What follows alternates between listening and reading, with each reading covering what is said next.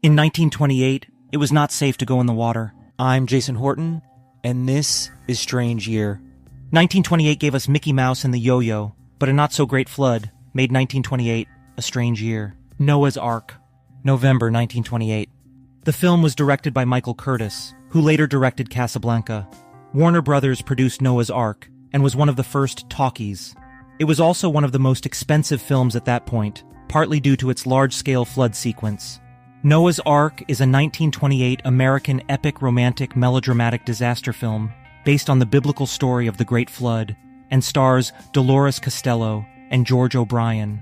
The film tells two parallel stories, one set in the ancient biblical times of Noah and the Great Flood, and the other set during World War I. In the biblical story, Noah, a righteous man, receives a divine vision foretelling a great flood that will cleanse the earth of sinners. He builds an ark to save his family and pairs of animals. As the floodwaters rise, they seek safety on the ark, where they endure the storm until the waters recede and they can begin anew. In the World War I story, a group of characters is introduced, including a German-American and a Jewish-American, who both love the same woman. The film explores themes of love, sacrifice, and redemption against the backdrop of the war. The climax of the film features a dramatic flood sequence, created using a combination of special effects and real water, which was one of the most expensive scenes ever filmed at the time. Then disaster struck.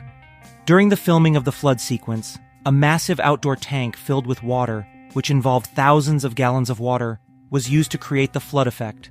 However, due to inadequate safety measures and the limitations of filmmaking technology at the time, the water surged out of control, sweeping over barriers and engulfing the extras on set. Numerous cast and crew members asserted that both Curtis and writer Darryl F. Zanuck were fully aware of the potential dangers.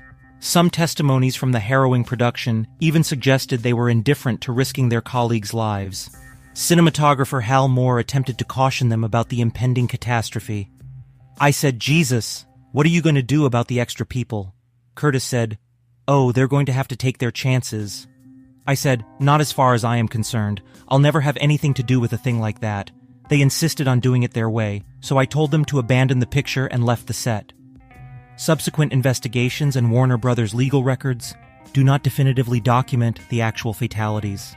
Whether eyewitness accounts inflated the truth or studio executives suppressed, it remains unclear. The exact number of casualties is disputed, with reports ranging from 1 to 3 deaths and numerous injuries. The tragedy led to increased safety regulations in the film industry, particularly regarding the use of water in movie production. Despite the disaster, Noah's Ark was released to theaters and was a modest success. It is remembered today for its innovative storytelling and its place in the history of cinema, marking a transition from silent films to talkies.